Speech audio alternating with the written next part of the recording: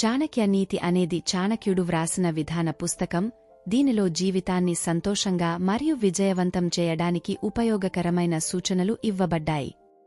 ఈ పుస్తకం యొక్క ప్రధాన ఇతివృత్తం మానవ సమాజానికి జీవితంలోని ప్రతి అంశం గురించి ఆచరణాత్మక విద్యను అందించడం.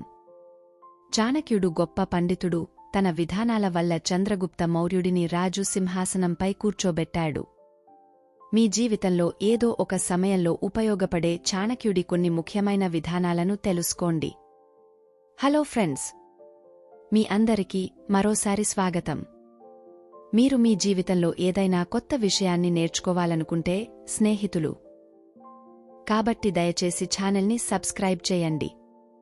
ఫ్రెండ్స్, ఈరోజు వీడియోలో మేము మీకు చెప్తాము, మీరు ఎవరైనా స్త్రీ లేదా పురుషులను నియంత్రించాలనుకుంటే చాణక్యుడి ఈ మాటలను ఎల్లప్పుడూ గుర్తుంచుకోండి.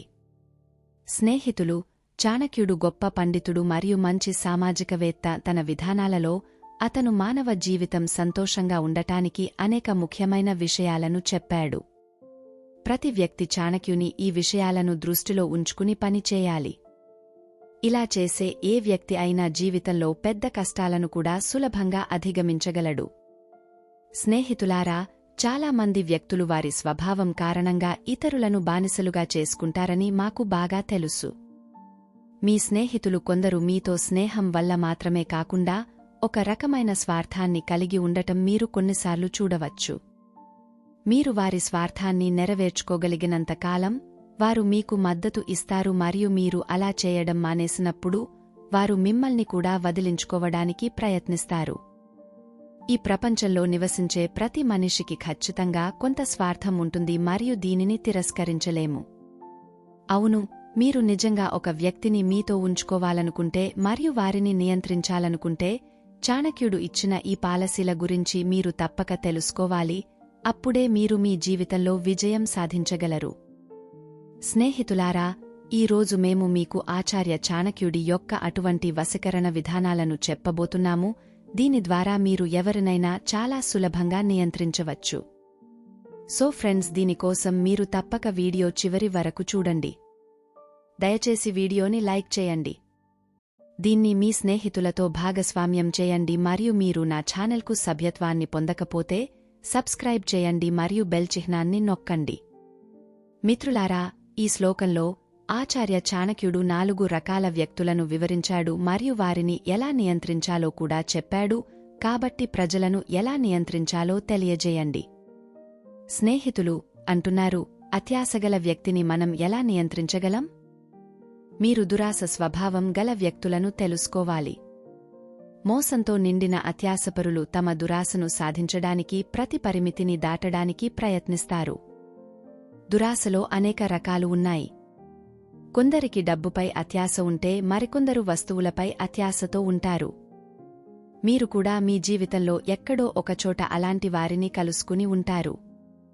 వారు మీ నుండి ఏదైనా కోరుకున్నప్పుడు వారు మీతో మధురంగా మాట్లాడటం ప్రారంభిస్తారు మరియు మీ పనులన్నీ చేయడంలో మీకు సహాయం చేస్తారు.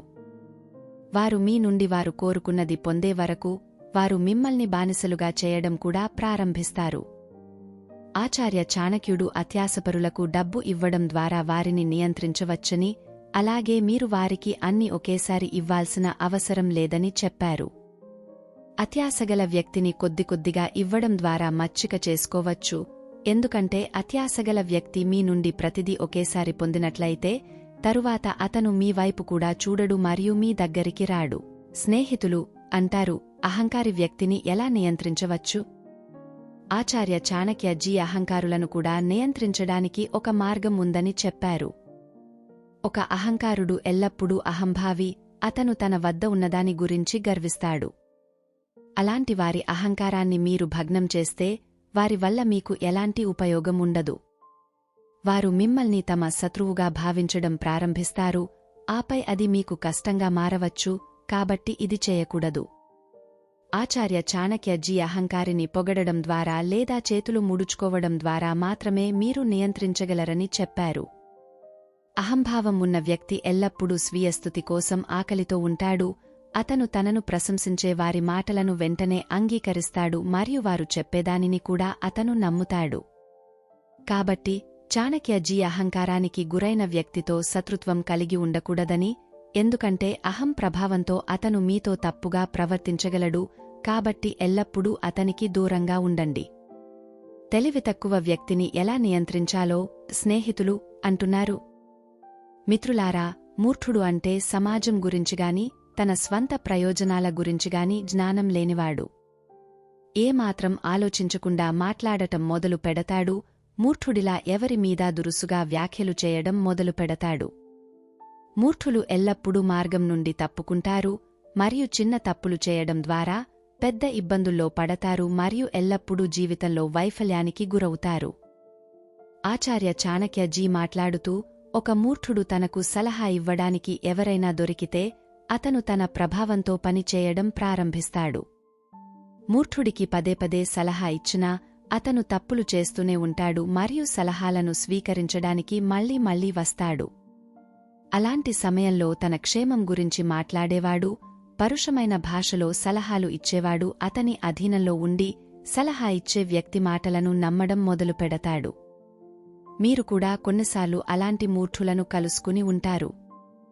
స్నేహితులు, కొన్నిసార్లు ఈ మూర్ఖులు స్త్రీ వ్యామోహంలో చిక్కుకుని తమ జీవితాలను నాశనం చేసుకోవడం మొదలు పెడతారు.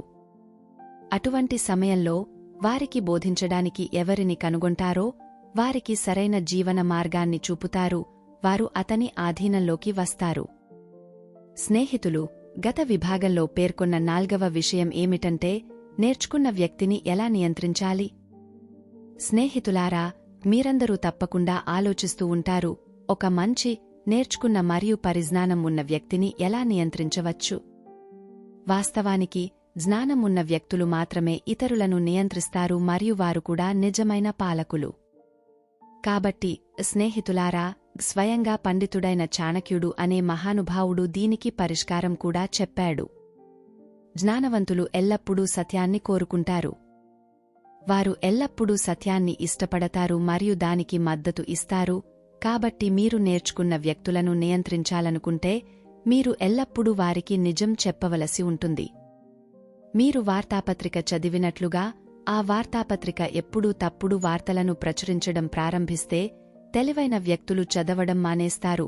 కాని వార్తాపత్రిక ఎల్లప్పుడూ నిజమైన వార్తలను ధృవీకరణతో చెబితే తెలివైన వారు అలాంటి వార్తాపత్రికలను గుడ్డిగా నమ్మడం మానేస్తారు.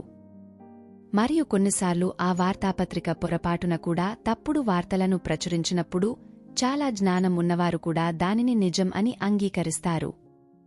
అదేవిధంగా మీరు ఎల్లప్పుడూ జ్ఞానం ఉన్న వ్యక్తితో నిజం మాట్లాడినట్లయితే అతను మీ నియంత్రణలోకి వస్తాడు. మీరు చెప్పేదంతా నిజమని భావించి వినడం ప్రారంభిస్తాడు.